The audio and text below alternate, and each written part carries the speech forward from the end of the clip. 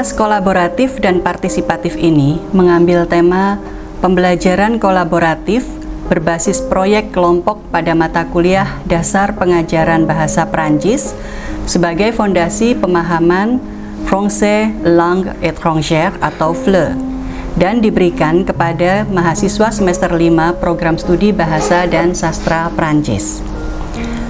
Kelas kolaboratif ini diadakan untuk menghasilkan lulusan program studi yang mampu menguasai dan menerapkan kompetensi dasar dalam bidang pengajaran bahasa Prancis. Hal ini tidak terlepas dari salah satu profil lulusan yang telah ditetapkan oleh program studi, yaitu sebagai akademisi. Akademisi merujuk pada profesi yang mengutamakan kompetensi kognitif dan analitis dalam bidang tugasnya.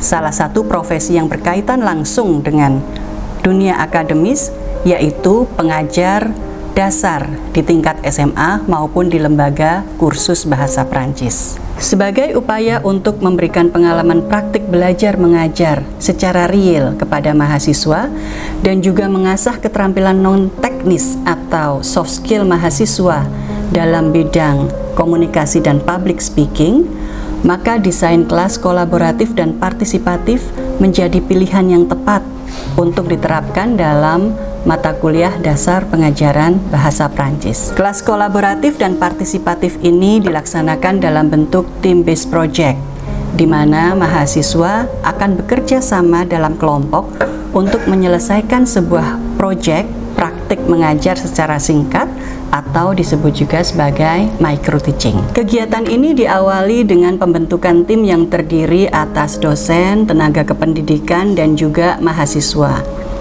Tim ini melakukan koordinasi terkait tugas masing-masing, baik koordinasi secara tatap muka atau luring maupun secara daring melalui WhatsApp group. Selanjutnya, di kelas, dosen menginformasikan kepada mahasiswa untuk membentuk kelompok yang terdiri dari 2 orang atau berpasangan atau disebut juga sebagai travail en binôme. Setiap pasangan harus menyusun sebuah rancangan pembelajaran sesuai dengan yang ditentukan oleh dosen, yaitu misalnya mengajar untuk tingkat dasar atau tingkat madya. Adapun topik pembelajaran dapat ditentukan sendiri oleh mereka secara bebas, misalnya mengambil topik mengenai la famille atau keluarga, prononciation atau topik tentang alfabet, kemudian juga bisa mengambil topik mengenai se présenter atau bagaimana cara memperkenalkan diri dalam bahasa Prancis. Salutation artinya sapaan, épicerie artinya toko kelontong, kemudian ada serveur artinya pelayan restoran. Selanjutnya ada SPD artinya tepat waktu, ada reservation artinya reservasi, ada entrevue artinya wawancara, verification artinya verifikasi, kemudian ada la tour artinya menara, la musée artinya museum, exposition artinya pameran, legume artinya sayuran, dan pain artinya roti. Oke, jadi kita sebelum masuk ke materi selanjutnya, saya sama Messi ada sedikit pertanyaan. Ntar ada kue hadiahnya. Ada yang bisa nyebutin nggak kira-kira tempat-tempat terkenal yang biasa orang kunjungi di Prancis itu apa? Terus? Satu lagi? Oke. Sama Yupinya, Man.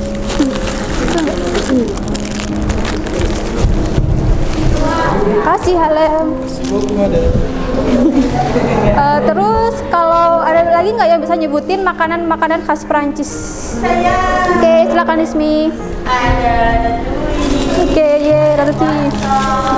Selanjutnya, seluruh kelompok memperoleh kesempatan untuk berkonsultasi dan berdiskusi dengan dosen pengampu maupun dengan teman-teman lainnya dalam satu forum tertentu yang sudah dijadwalkan. Mereka bisa melakukan diskusi mengenai rancangan pembelajaran yang telah disusun, dan dalam forum tersebut mereka akan mendapatkan saran perbaikan, masukan maupun ide-ide baru untuk menyempurnakan rancangan pembelajaran mereka. Micro-teaching dilaksanakan sesuai dengan jadwal yang telah ditetapkan. Setiap kelompok mengajar di kelas dalam satu sesi pertemuan yang berdurasi sekitar 20 sampai 25 menit. Selama durasi tersebut, mahasiswa pengajar memanfaatkannya untuk memberikan pemaparan tentang topik, menjelaskan materi, melakukan tanya jawab secara langsung, memberikan kuis, menyaksikan video, dan mengadakan permainan. Bahan ajar yang mereka persiapkan berupa PowerPoint, flashcard, dan video yang mereka siapkan sendiri.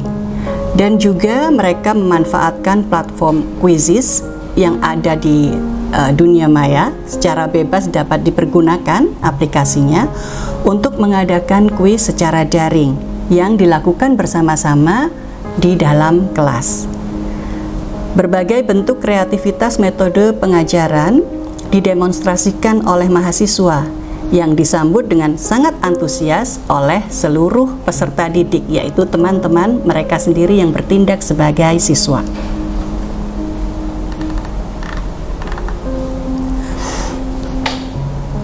Berdasarkan pengamatan terhadap berlangsungnya proses micro-teaching tersebut, terlihat bahwa pertama, mahasiswa mampu menemukan beragam alternatif materi ajar yang bisa dimanfaatkan untuk mencapai kompetensi kebahasaan tertentu, misalnya berbicara atau menyimak. Yang kedua, mahasiswa mampu menyusun rancangan pembelajaran secara berpasangan untuk kelas yang berdurasi sekitar 20 sampai 25 menit. Ketiga, mahasiswa yang bertindak selaku pengajar pada sesi micro-teaching ini ternyata mampu menyampaikan materi mereka secara jelas, memberikan jawaban atas pertanyaan-pertanyaan, dan juga mampu berkomunikasi aktif dan berinteraksi dengan rekan-rekan yang bertindak sebagai siswa.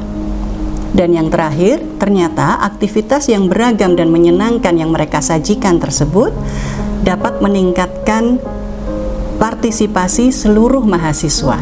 Selama proses kegiatan ini tidak ditemui kendala yang berarti.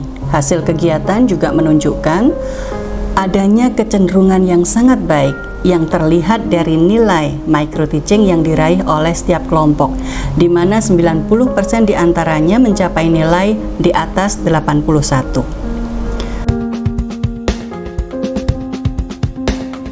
Bleu, jaune, rouge et vert, rouge et vert. Bleu, jaune, rouge et vert, rouge et vert. Des crayons pour créer un petit monde coloré. Bleu, jaune, rouge et vert, rouge et vert. Akhir kata, saya selaku dosen pengampu mata kuliah dasar pengajaran bahasa Prancis mengucapkan terima kasih yang sebesar-besarnya kepada pihak Universitas Brawijaya, Fakultas Ilmu Budaya, Departemen Bahasa dan Sastra, serta Program Studi Bahasa dan Sastra Prancis atas dukungan yang telah diberikan.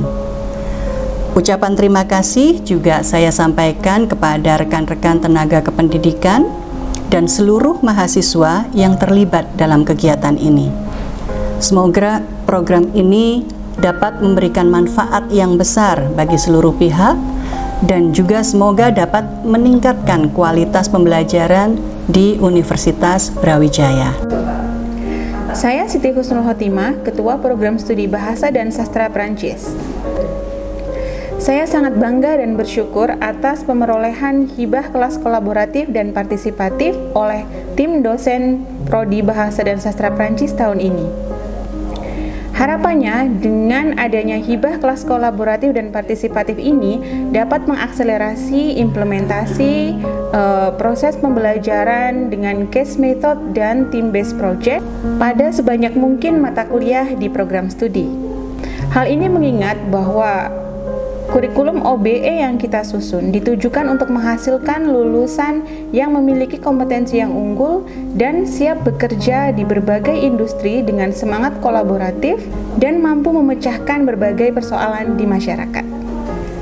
Sekali lagi saya ucapkan selamat kepada seluruh tim dosen dan juga mahasiswa. Mari kita laksanakan pembelajaran di sepanjang semester ini dengan penuh semangat kolaboratif dan partisipatif. Bagi saya, mendapatkan proyek micro teaching dalam mata kuliah dasar pengajaran bahasa Prancis sangat memberikan insight yang luas dan pengetahuan yang baru bagi saya sendiri. Memahami konsep pendidikan, strategi pembelajaran, serta bagaimana pendekatan-pendekatan yang akan saya gunakan itu merupakan hal-hal yang berguna bagi saya ke depannya untuk mempelajari dan melaksanakan proyek itu sendiri, yaitu proyek micro teaching yang akan saya hadapi di tugas akhir nanti. Menurut saya pribadi, mata kuliah DPPP ini adalah sebuah mata kuliah yang sangatlah seru dan bermanfaat. Karena dalam mata kuliah ini, kita bisa merasakan rasanya menjadi seorang pengajar. Di mata kuliah ini kita mempelajari bagaimana mengajarkan sebuah bahasa Perancis secara langsung melalui proyek micro teaching.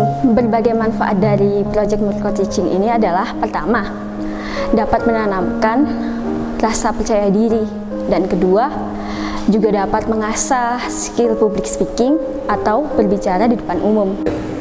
Pada proses micro teaching, kita bisa mempraktekkan apa yang telah kita pelajari sebelumnya di kelas secara langsung.